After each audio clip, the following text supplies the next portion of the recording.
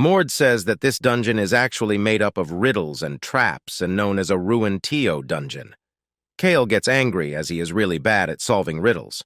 Mord reassures Kale by saying that he knows a quicker way to complete this dungeon as he lands on a trap as a result. The mummy-like soldiers wake up and started throwing their spears at Mord.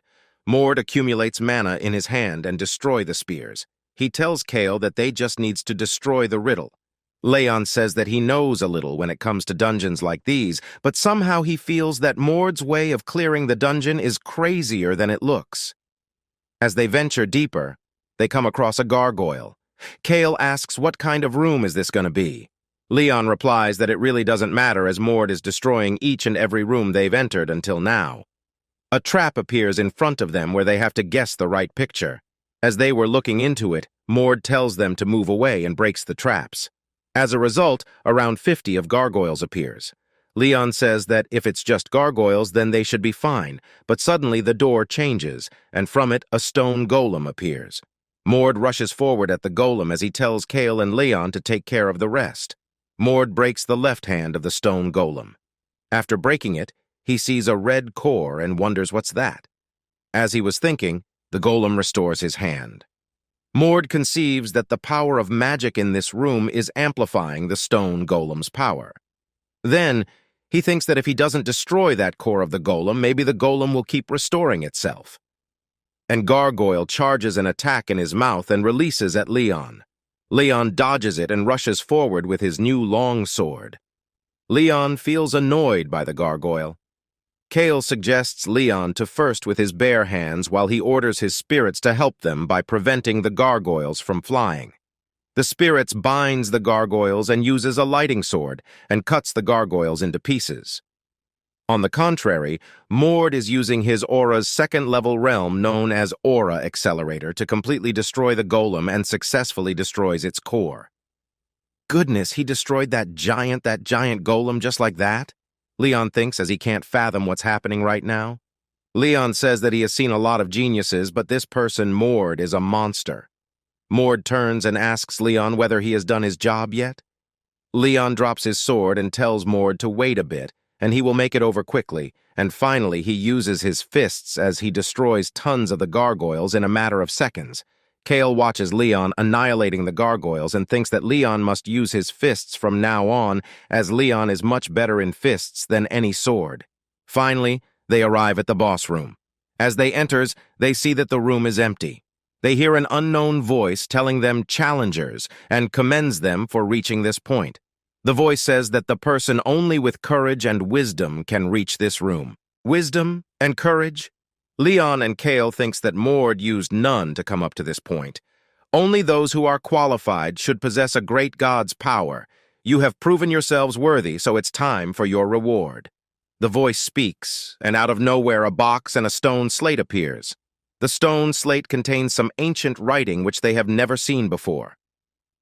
Mord recognizes that this is a stone slate with very detailed explanations of the world fragments. This was a changing point for Aiden's life and decides to destroy it so that Aiden doesn't get to see it. Kale asks Mord why he is destroying it. Mord replies that he felt a strange sense of danger. Mord opens up the box from which the world fragments comes out, and Mord collects it. Kale questions Mord as he wants to know why Mord is collecting fragments. Mord answers that he is doing this in order to save the world. Mord feels a slight change in his body, and this time it feels like quite a big change. Mord thinks that the world fragments not only bring forth the owner's power, but also changes the owner, and with more time, the owner absorbs the world, fragments power, and becomes stronger.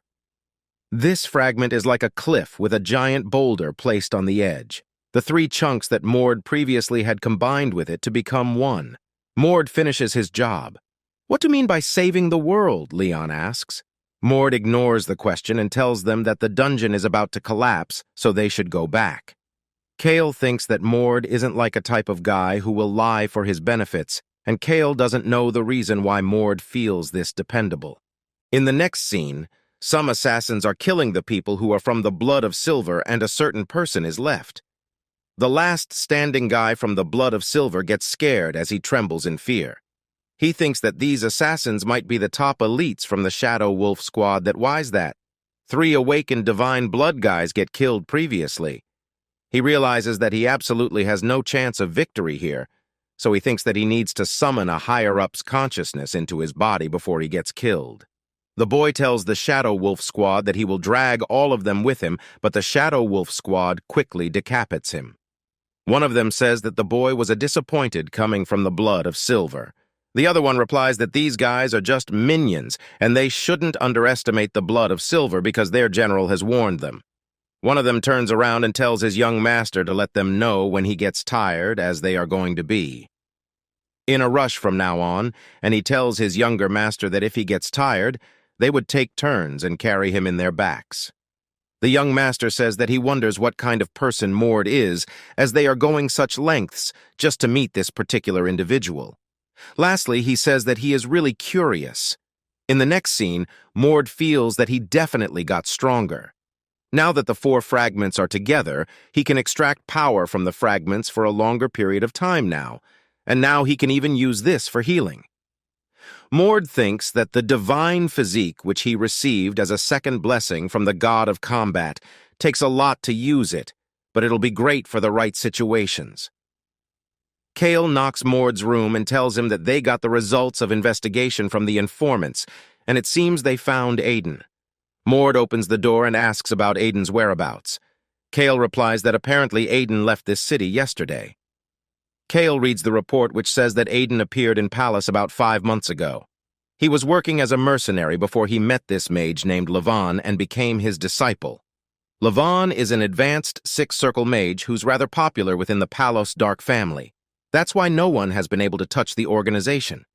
Leavon is affiliated with, despite it not being that big. Last night, some unidentified group attacked the organization's base.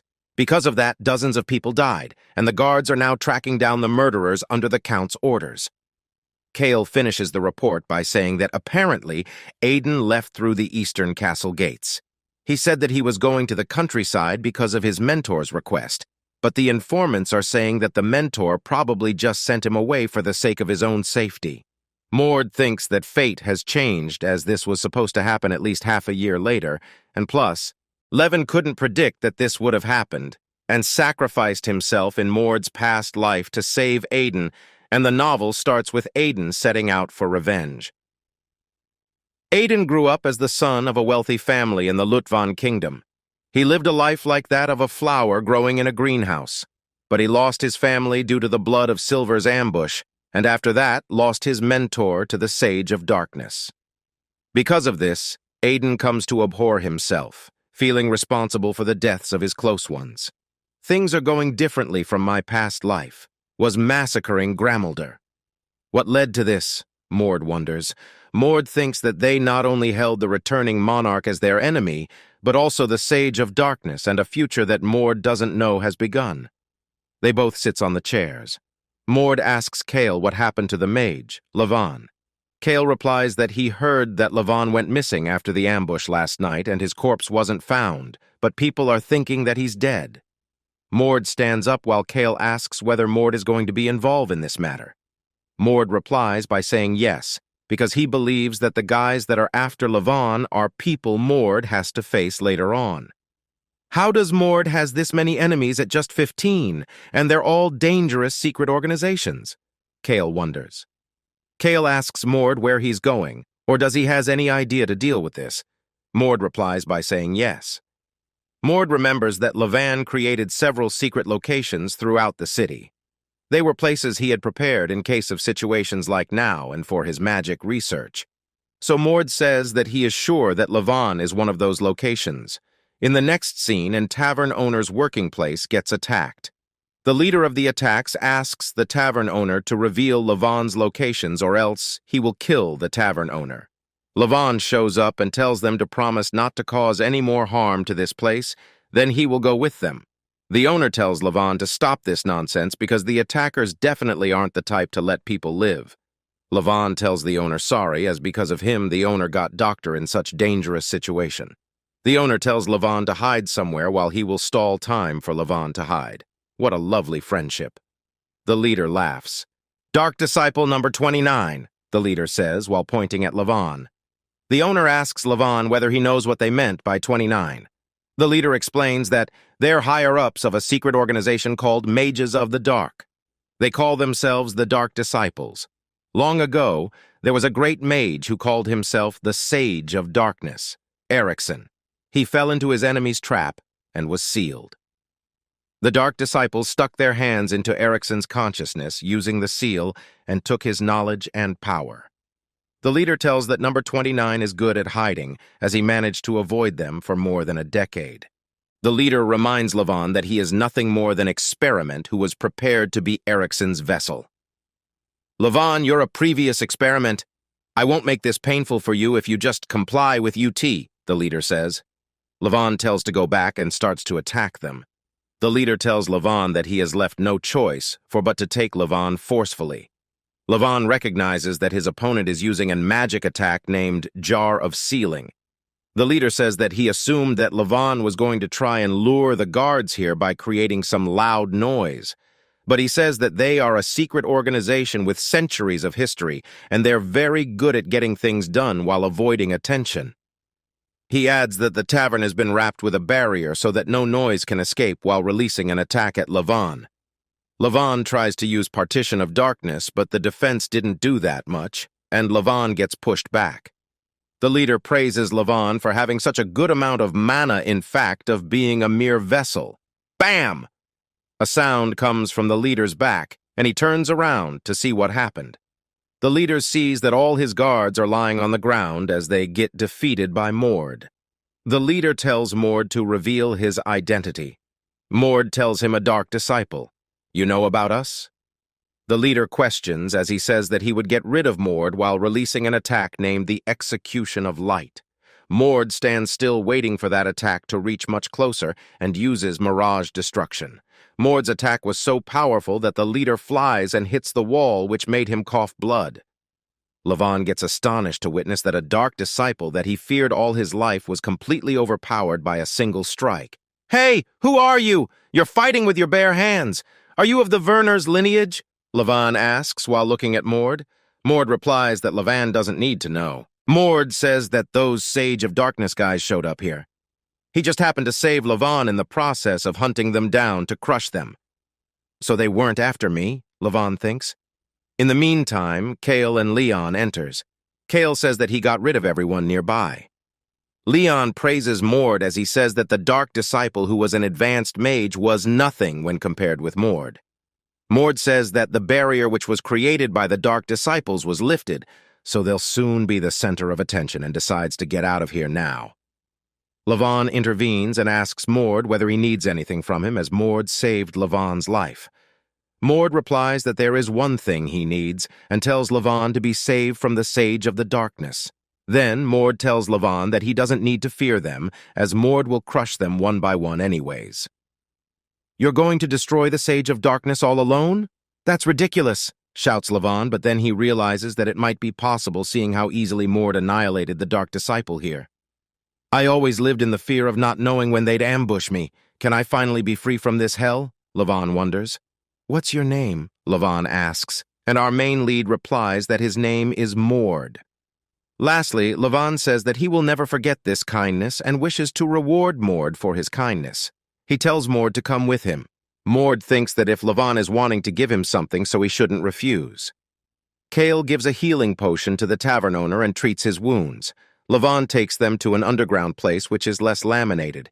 Kale gets surprised by seeing how Leavon created it himself. Leavon tells them that they have an hour's walk ahead of them, and the path is complicated, so he suggests them to follow him closely. Suddenly, the floor starts to shake. "What's that noise? Is the Sage of Darkness here?" Leavon says loudly. The tavern owner replies that it's the sound of the explosives that he set off. The tavern owner says that he collapsed the passageway to buy them some time. Leon asks the tavern owner whether he is sure about doing this because his shop will also get destroyed in the process. The tavern owner replies that it should be fine as he will not be able to make a living in this neighborhood anymore anyway. Then, the tavern owner puts his hand on Leavon's shoulder and tells him that he will follow Leavon as he destroyed his shop because of Leavon, so has some debt to collect from Leavon. Leavon gets shocked, but later he tells thanks to the owner. Suddenly, the funny moments shifts as the tavern owner glares at Leavon and asks him why that dark disciple called him number 29. Leavon explains that he was one of the Sage of Darkness's test subject. The Sage of Darkness has been conducting cruel medical experiments to create a vessel for Archmage Erikson's spirit, and he was one of their guinea pigs. Leavon says that he doesn't know how he became a test subject, because they erased his childhood memories.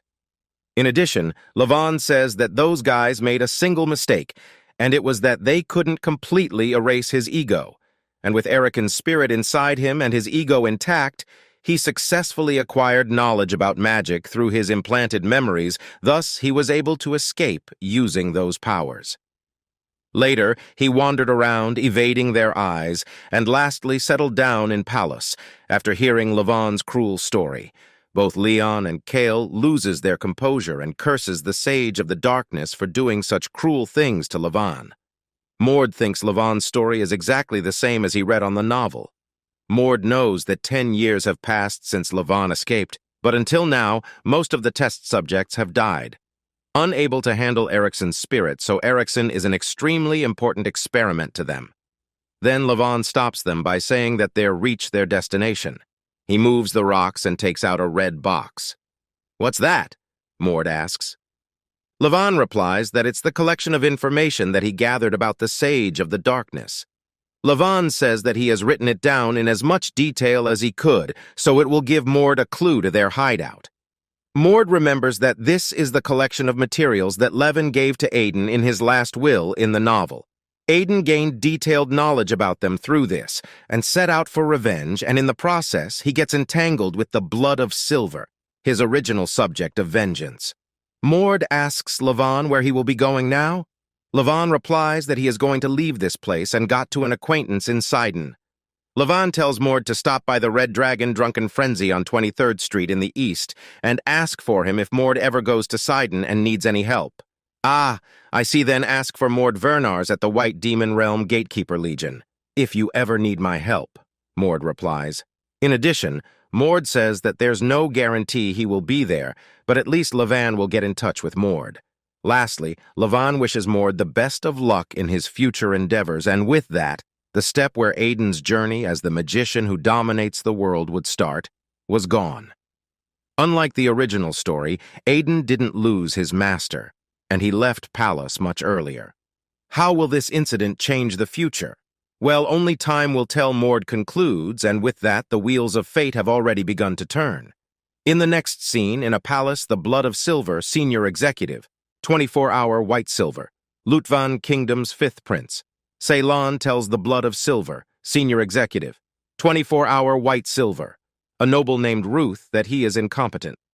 Ruth replies that he didn't expected that the things will out this way, and he says that he is genuinely curious whether that person, Mord, is truly blessed by the god of luck. "What about the root?" Ceylon asks. Ruth replies that General Ilden is stepping in, and they've confirmed the best 4. But apart from that, they're not sure how many guys have been deployed. Ceylon wonders why the blind monster is going to such lengths for Mord. Ruth replies that Mord must be pretty important to the blind monster. Ruth tells Ceylon that fighting Ilden just for the sake of presenting Mord to his father is a losing proposition no matter how he looks at it. Ceylon gets really angry and tells Ruth that he will send reinforcements, so Ruth should get rid of Mord along with the blind monster's loyal dogs once and for all. Ruth replies that it's a charming, so it would get rid of Mord before he ends up in the old monster's arm. Ceylon gives Ruth Blood of Silver's 27 elites, all mid-level executives and above, as well as 5 divine bloods on top of that who are waiting for Ruth's command. Ruth intrudes himself to the new recruits and tells them that he will be the commanding officer in this mission. "All right, boys, shall we go hunt this newborn puppy?" Ruth questions. Mord's party has come to kill the Dark Disciples, also known as the Returning Monarch, in their hideout. Leon questions Mord why he is killing the Returning Monarch first, even though he got informations about the Sage of Darkness. Mord replies that the returning monarchs is close to their destination. That's way they have come to deal with them first. As Mord was walking, he smashes the floor exactly below him. Kale asks Mord, "What is this place?" Mord replies that it's the returning monarch's storage. Leon sees that this storage is full of expensive stuff, from processed magical herbs to high-end alchemical potions and even expensive magical items, while Mord is looking for a specific box. Mord finds that box and opens it. It contains the martial god's tears. Mord says that it's a once-in-a-lifetime trial of death that a magic martial artist can take on for the chance to advance, and he too was able to gain aura in a short amount of time, thanks to these tears of the martial god. He says that in the novel, Aiden gave the tears of martial god he got here to Leon later on. And thanks to that, Leon progressed explosively. Kale says that the martial god's tears is a secret medicine made from a recipe from the Far East. And it's hard to get your hands on this. How does the Dark Mage group have it? Kale wonders. Leon replies that this probably isn't something the Dark Deceit would have produced or purchased through normal channels anyway. They must have stumbled upon it while robbing somebody of their possessions. Kale has only heard of the god's tears, but he has never seen or touched it.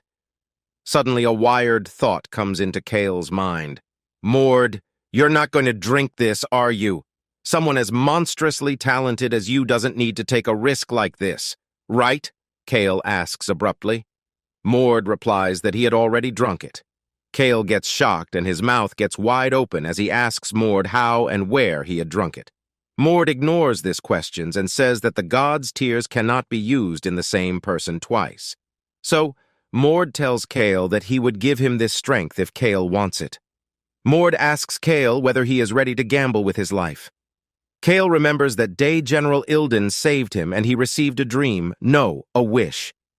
He wanted to become He wanted to become someone strong enough to fight by Aiden's side, so he worked himself to the bone every day to make it happen, and finally earned the honor of escorting the general's favorite, Mord.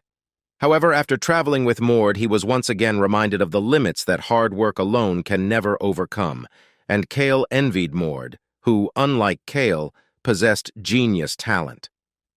Kale thinks that just like as an extra who can't be the main character, one can't do anything about the cards they've been dealt, so at that time, all Kale could do was accept it and give up.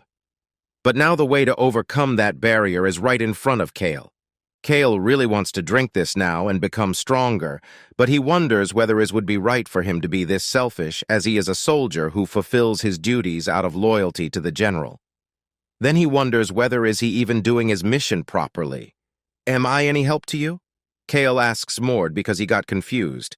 Mord thinks that he and Kale have been together for 2 months now, and over that time, Kale has shown a knack for adapting to the multitude of variables he's encountered. Mord says that he had also been benefited greatly from Kale's superior stealth skills and his ability to manipulate spirits. Mord realizes that without Kale, his journey would have been much more uncomfortable and problematic, and the progress they've made so far would have been delayed. Mord justifies that the deciding factor in giving Kale the potion is because of his sense of duty as a warrior, and as because for the sake of Aiden, he's willing to run to his death. After thinking deeply, Mord tells Kale that he has been a great help. Mord says that those Blood of Silver guys will send an even stronger force next time, and so far it's only been the high-ranking executives' henchmen, but next time they'll move themselves. So Mord tells Kale that they have no choice but to become stronger. After hearing this, Kale thinks that Mord is right. More powerful enemies will come for them next time, and the last time they fought the Blood of Silver, Kale was barely any help to Mord. So Kale decides to change here as he doesn't want to be a burden. Kale made up his mind and takes the god's tears in his hand.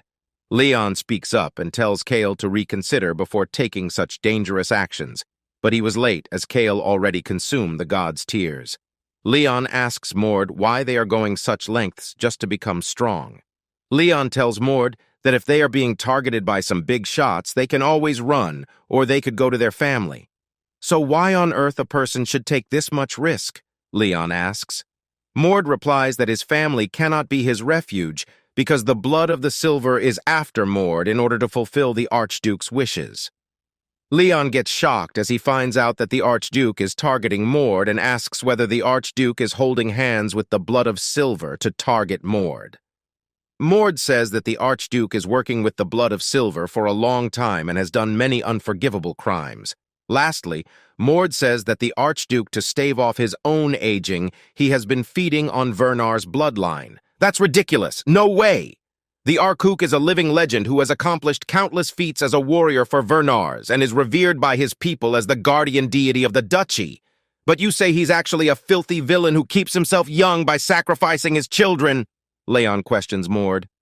Mord replies in a cold voice that whether Leon believes it or not is his decision.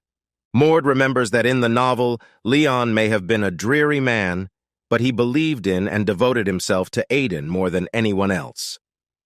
However, when all that he sacrificed resulted in the world's destruction, he was in the most despair. So this time, Mord doesn't want Leon to suffer the same fate, but he also doesn't have the eloquence to convince Leon to make the right choice. Mord thinks that he just wants Leon to make the right choice. Putting your life on the line for someone you don't even trust is sad and infuriating, isn't it? Mord questions. After listening to this, a sudden sensation of trust captures Leon.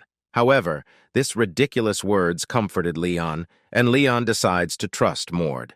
Leon explains that he doesn't know the Archduke very well, and he also doesn't know Mord for a long time, but if he ever chooses between them, he would always pick Mord. So he says that he would trust Mord, the man who saved his life. After hearing this, Mord smirks. Then they notices that Kale has already consumed all the God's Tears potion.